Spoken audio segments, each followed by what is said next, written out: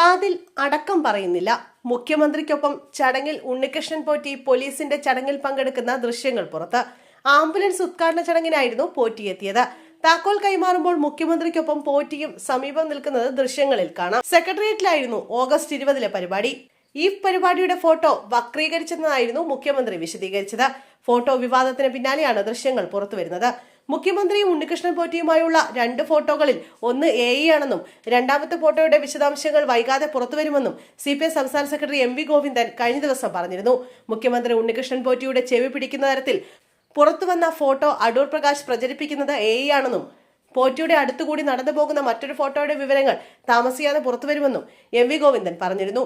മുഖ്യമന്ത്രിയും പോറ്റിയുമുള്ള ചിത്രം ചൂണ്ടിക്കാട്ടി ഇരുവരും തമ്മിൽ നടത്തിയ സ്വകാര്യ സംഭാഷണം എന്തായിരുന്നുവെന്ന് UDF കൺവീനർ അടൂർ പ്രകാശ് ചോദിച്ചിരുന്നു. ആ ചിത്രം കണ്ടപ്പോൾ ശബരിമലയുടെ കാര്യം നിങ്ങളെ ഏൽപ്പിച്ചുവെന്നും ഇതുപോലുള്ള ക്ഷേത്രങ്ങൾ കേരളത്തിലുണ്ടെന്നും അദ്ദേഹം പറയുന്നതായിട്ടാണ് തനിക്ക് തോന്നിയതെന്നും അടൂർ പ്രകാശ് പറഞ്ഞിരുന്നു. പിണറായി വിജയനും ഉണ്ണികൃഷ്ണൻ പോറ്റിയും ഒരുമിച്ചുള്ള ഫോട്ടോ സാമൂഹിക മാധ്യമങ്ങളിൽ വ്യാപകമായി പ്രചരിച്ചിരുന്നു. ഈ ചിത്രം പങ്കുവച്ച KPCC രാഷ്ട്രീയകാര്യ സമിതി അംഗം N സുബ്രഹ്മണ്യനെതിരെ കേസെടുത്തിരുന്നു. സമൂഹത്തിൽ കലാപാഹ്വാനം നടത്തിയെന്ന വകുപ്പ് ചുമത്തിയാണ് ചൊവ്വായൂർ പോലീസ് കേസെടുത്തത്. പിണറായി വിജയനും ഉണ്ണികൃഷ്ണൻ പോറ്റിയും തമ്മിൽ ഇത്രമേൽ അഗാധമായ ബന്ധമുണ്ടാകാൻ എന്തായിരിക്കും കാരണമെന്ന ക്യാപ്ഷനോടെയാണ് ഇരുവരും ഒരുമിച്ച് നിൽക്കുന്ന ഫോട്ടോകൾ കോൺഗ്രസ് നേതാവ് പങ്കിട്ടത്. എന്നാൽ പിന്നീട് ഇതിൽ ഒരു ഫോട്ടോ പിൻവലിച്ചു. ആധികാരികത ഉറപ്പിച്ച ശേഷമാണ് പോസ്റ്റ് ഇട്ടതെന്നും AKG സെന്ററിൽ നിന്നുള്ള നിർദ്ദേശപ്രകാരമാണ് കേസെന്നും സുബ്രഹ്മണ്യൻ പ്രതികരിച്ചു. ഒരു ഫോട്ടോ പിൻവലിച്ചത് കൂടുതൽ വ്യക്തതയുള്ള ഫോട്ടോ ഇടാനാണെന്നും സുബ്രഹ്മണ്യൻ വിശദീകരിച്ചു.